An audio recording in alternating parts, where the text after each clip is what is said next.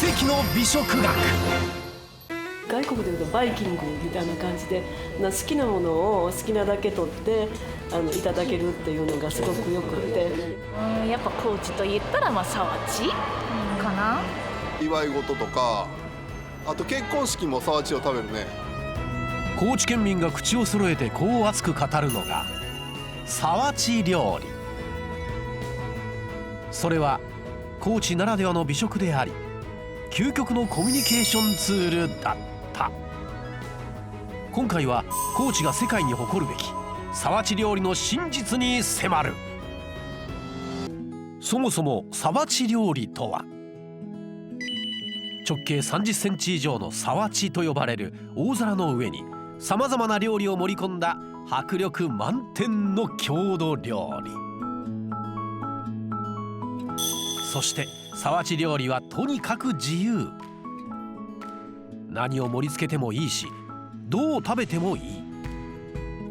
ルールに縛られるのを嫌い、自由を重んじる高知ならではの料理である。一応基本がありまして、一つは生っていうんですけれどもお刺身、それからもう一つは組み物って言いまして、お寿司とそれからさまざまな煮物があり焼き物があり揚げ物がありで甘いものまであるという感じでしょうか。刺身だけが乗った生、さまざまな料理が乗った組み物。さわち料理は大きくこの2種類に分けられる。海、山、川と自然に恵まれた高知。さまざまな食材を一度に楽しめるのがさわち料理。海に近い地域では生に旬の海産物がずらり。カツオの刺身やたたきは外せない。山間部は組み物に工夫あり。みょうがや四方竹など山の幸の田舎寿司が絶品。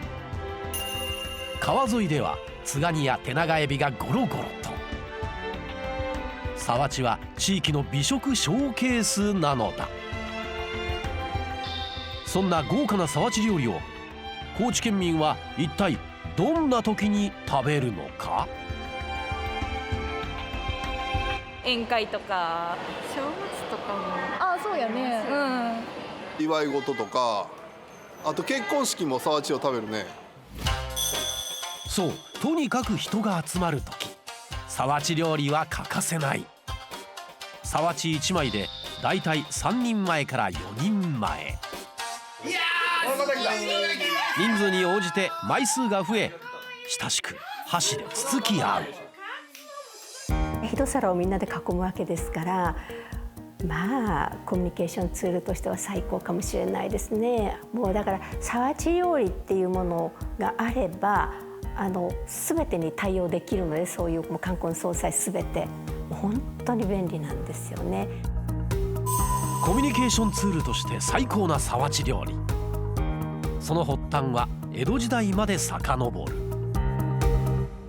記録で確認できるのは19世紀の初め頃に土佐藩の武士が書いた森勘左衛門日記という中に出てきます。本膳料理といってお膳に一人ずつの料理が出てくる、いわゆるコース料理のようなものですね。それがあった後で、二次会のような形でみんながつつけるおつまみがたくさん出てくる大皿として最後にさわちが出てくるっていうのが一つの定番だったようです。あくまでも二次会のおつまみ程度だったさわち料理。しかし明治時代になると神社の絵馬で直良絵馬というものがあります。そこにはさわちの主役として鯛のお頭付きが堂々と盛り付けられていたりですとか、お刺身、焼き魚、それからお寿司のようなものも見ることができます。おつまみ程度だったさわち料理が超豪華に進化。さらに市民平等の世で世間一般に食べられるようになった。器用料理人って言いまして、その地域でそのお料理が得意なね、特におじさんたちが中心になってですね、お寿司とかお刺身とか花形を作ると女性たちは煮物とか和え物とかお汁物とかそういうものを作ってみんな総出で作ったんですよね。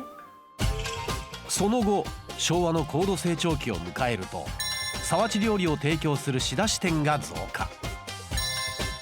家庭で作るだけではなくプロの料理人が腕を振るうようになっていった。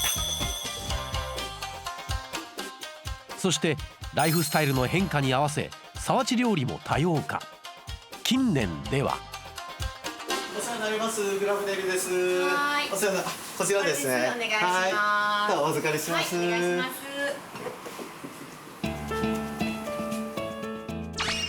す。皿鉢料理を取り扱うフードデリバリー業者も登場。グラブデリは県内の運送会社が始めたフードデリバリーサービス。運送会社の営業車で運ぶため大きな皿鉢料理もきれいなまま運ぶことができるという。こうやって届けてもらえるとやっぱ友達とかで集まった時とか、あと県外からお友達来た時とかにも頼めるようになっていいなと思います。スマホ一つで注文できる便利さで若者を中心に注目を集めているようだ。24時間注文ができるっていうところが一番のメリットかと思いますし、多い時期としては家族が集まりやすい時期だから具体的にはそのお盆とかこれからの年末年始とか、あと、入学とか卒業とかやっぱり門出を祝うタイミング、そういう時に皿鉢料理をお届けすることが多いです。時代は変われど皿鉢料理は高知県民にとって変わらぬソウルフードなのだ。豊かな自然に恵まれた高知は地域によって食文化が異なる。皿鉢料理もまた地域によってそれぞれ光る個性があるという。そう語るのは明治7年創業の老舗旅館上清館の総料理長松本昌司さん。高知県はもう食材が豊富でして、西から東さまざまな食材がたくさんありますので、皿鉢一つにしてもいろんな特色がありまして、地域によって全然変わってきます。それならば見てみたい。東から西まで高知全土の食材が一度に楽しめるオールスター皿鉢料理を作っていただこう。今回番組では高知各地の方々にご協力いただき、海の幸、山の幸、川の幸を送ってもらった。クジラのウネス。はい。かつてクジラ漁で栄えた室戸では皿鉢料理にクジラは必需品。ウネスって畑のウネで山になってる、そういうふうに段々になっているのでウネスっていう。ウネスと呼ばれる高級部位をこれまた高知の名産葉ニンニクと合わせて煮物に。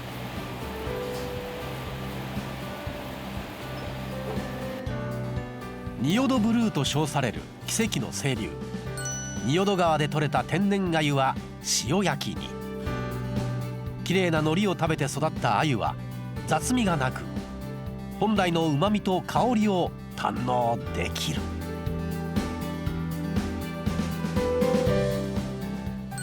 高知では琉球と呼ばれるハスイモ、シャキシャキとした食感が楽しい琉球の酢の物は夏の定番料理。その他海、山、川の幸合わせて26種類もの料理を盛り付けたオールスター皿鉢料理がこちら。高知の豊かな食材をこれでもかと盛った究極の皿鉢料理が完成。海の幸って言いますと、ここに今伊勢エビがありますし、亀の手ですね。ここにチャンバラ貝と流れ子、こちらウツボとたたきもぬた味噌も入っています。山の幸って言いますね、土佐の田舎寿司ですね。野菜をお寿司にしたのと、サバ寿司も意外と海のものですけど、高知県では山のごちそうになってます、サバ寿司は。あと川のごちそうで言ったら代表的なのは天然鮎ですとか手長エビとか、このつがにもその一つですね。沢地料理とはそう、高知の食の豊かさそのものだった。素晴らしい高知県の食材をぜひこの沢地という中で知って、食べてもらいたいと思います。大皿にこれでもかと高知の美食を盛り込む宴会などに欠かせない沢地料理。高知独特の郷土料理なのだが、専門家はこう語る。おそらくこういう文化というのは日本かつてはどこにでもあったと思うんですよね。ある意味取り残されたといえば取り残された形でこの沢地料理というのが残ってると思うんですね。なぜ高知にのみ残ったのか。ヒントは沢地料理と密接に関わる高知独自の文化にあった。それはお客。宴会みたいなのをお客っていうんですよ。それにはやっぱり沢地料理の盛り合わせみたいなのが並ぶんですよ。みんなでワイワイどんちゃん酒が飲めるぞみたいな美味しいご飯も食べるよ言ってね。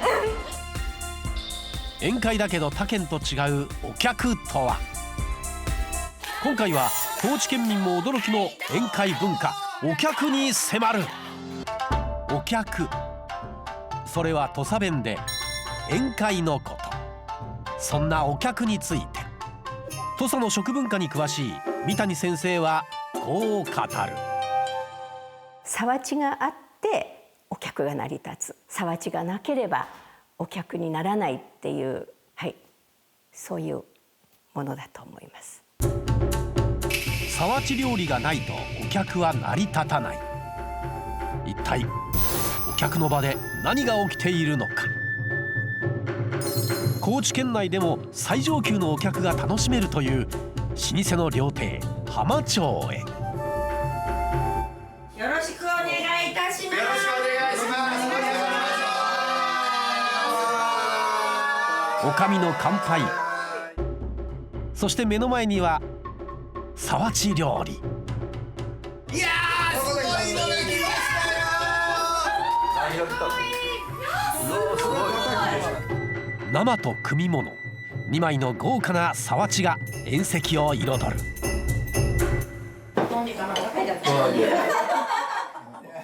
芸者さんも交えて宴は徐々に盛り上がっていく。するとすみません。はい、じゃあ行きます。はい。始まったのは伝統的なお座敷遊び。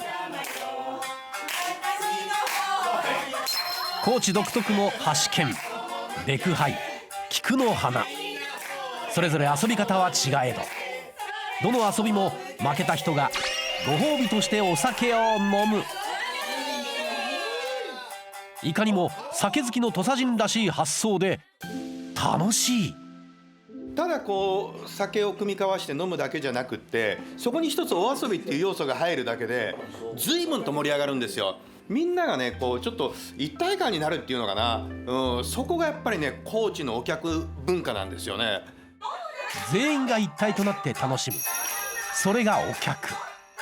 そしてそのために必要なのが沢地料理だという。みんなが一緒に沢地を囲めるように台所に立って何かを作りに行かなくてもいいように作られたのが沢地料理です。みんなで一緒に食べましょう飲みましょうっていう県民性を表現されたお料理が沢地料理じゃないかなと思います。女性はなんかお家でなんか台所で仕事せないかんとかいうのがやっぱあるじゃないですか。高知はなんかそれがなくてバーンって出して女性も飲めるっていうのはすごいなんかいい文化やなと思います。みんなでお客を楽しみたい。沢地は土佐人の心意気が詰まった最強の宴会料理だった。しかし実は今お客と沢地料理がピンチ。どうすれば守れる？この後土佐人が立ち上がる。お客って言葉知ってます？知らないです。お客はまあ聞いたことあるんですけど何かは全然わからないです。小さい時に食べたことあるかもしれないぐらいの記憶。ご近所付き合いの希薄化、生活スタイルの変化などによって年々皿鉢料理離れ、お客離れが進行。そんなお客文化を守るべく2006年土佐のお客というイベントを立ち上げた友田さん。